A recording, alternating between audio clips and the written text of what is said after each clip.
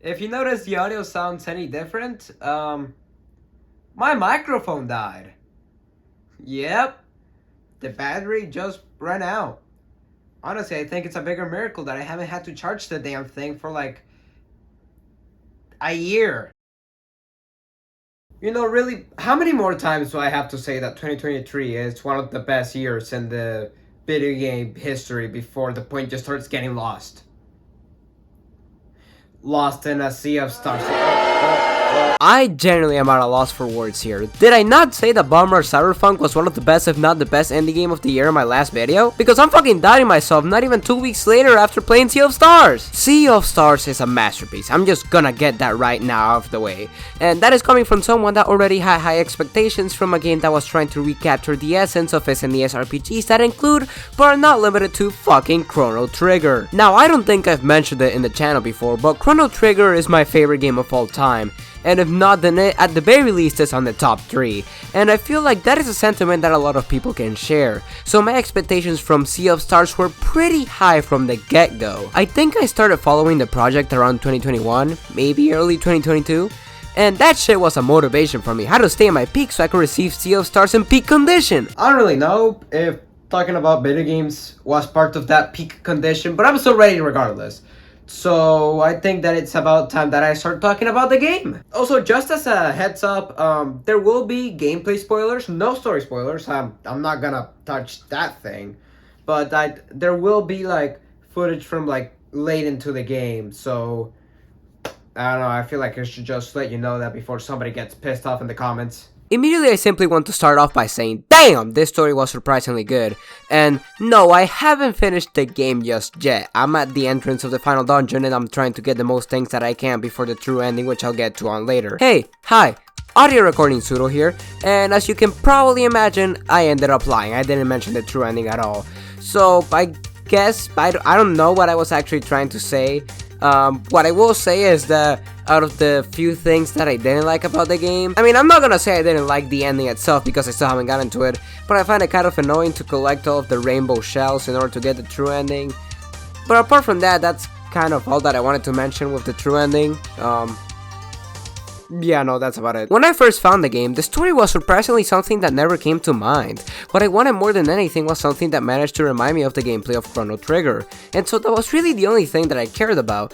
But playing the game, I realized just how good the story really was. The basic premise is this.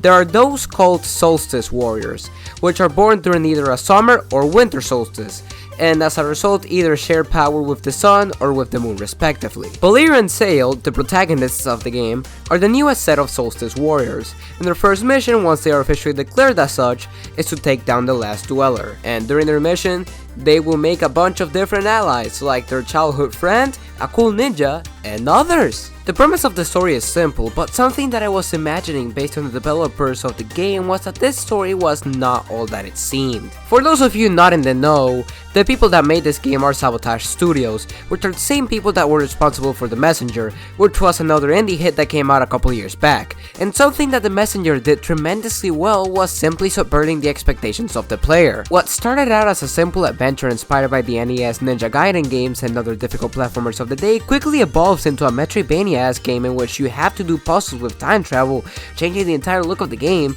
and it was incredibly cool. Sea of Stars does something similar with the story. I could never tell where exactly the story was going and I loved every single second of it as a result. I am trying my hardest not to spoil it because I genuinely think that experiencing the latter half of the game as blind as possible makes it all the more shocking and intriguing. My ass and I were on the edge throughout the entire story, man. That shit was truly magnificent. And the best aspect of the story was by far the characters. All the main party characters in the game were absolutely magnificent. I think that the Solstice duo were slightly weak in comparison to the rest of the cast, but I think that they were still pretty good characters. It's just that they had a lot of good competition. Sarai had an underlying mystery that made her a compelling character to slowly figure out, although again I could have never expected a twist for her story. Rashawn was also a pretty goated character, although I can't really talk about what I like without spoiling it, so I don't even know how to say his name. But the GOAT, without a doubt, was Garl. I mean, bro, Carl was him. He was the guy, man. He was that guy. He had it. He was the MVP, the goalie, the defense, and the striker. He was all in one, man. Throughout the story, he just keeps proving that, and his role in the plot. Just play the game and experience the plot for yourself because it's absolutely amazing. The game also just looks extremely good.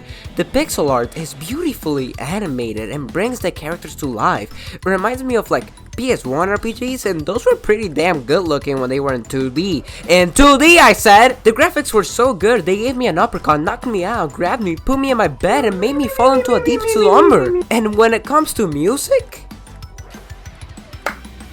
peak!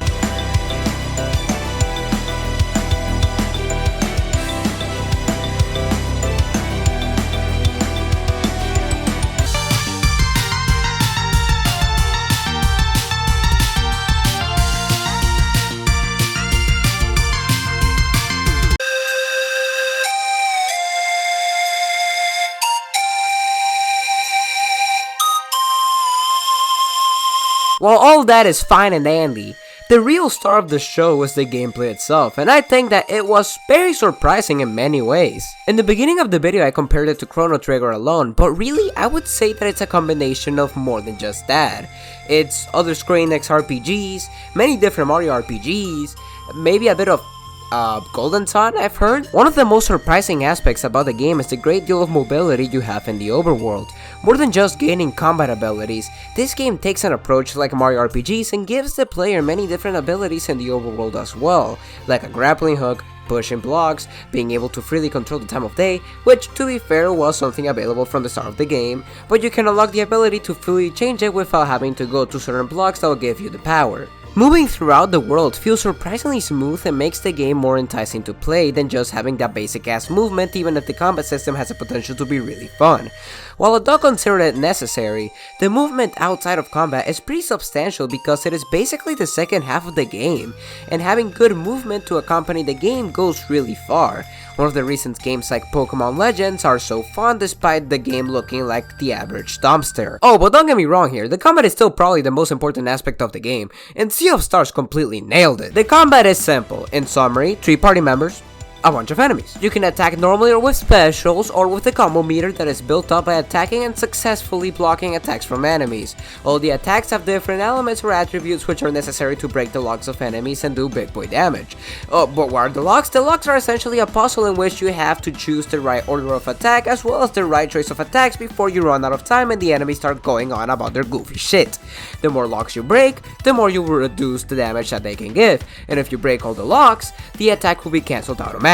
In case you didn't get all that, don't worry, you have another 20 hours to learn. And believe me when I say that, you will really want to learn that shit. The battle system is pretty interesting based on the fact that at first glance, it feels comparatively simple in comparison with other RPGs. But there is a hidden depth that makes itself known the more that you master the system and the further you progress into the game. Something that I didn't mention is the fact that party members revive automatically if they die after a certain amount of turns, so you can either plan around that or pop the revive then and there. Or the fact that many attacks affect an area compared to just one enemy, or in some cases all the enemies on the field. How about the fact that using normal attacks is something heavily incentivized due to the benefits that it gives, such as recovering MP, which allows you to have other useful items on deck, or giving you the ability to gain 1 boost after attacking normally, which is basically an increase in power that also adds the magical elements of the character you're using, which also helps in the lock department. Oh, and the best thing by far is the ease in which you can switch different party members in and out of the active battle with no restrictions.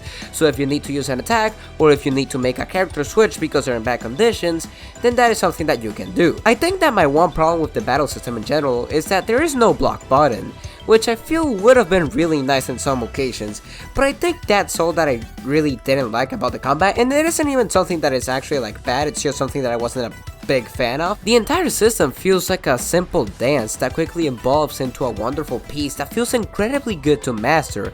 I never got tired of battling, not even once, through the 20 plus hours that I've put into the game, and still have to put. I need to get that true ending pronto, man. I may as well just get out of here. Sea of Stars is one of the best indie games out there, and honestly, indie fans have just been eating this year. I mean, this alongside Pizza Tower and Bum Rush Cyberpunk and many other games I probably forgot to mention.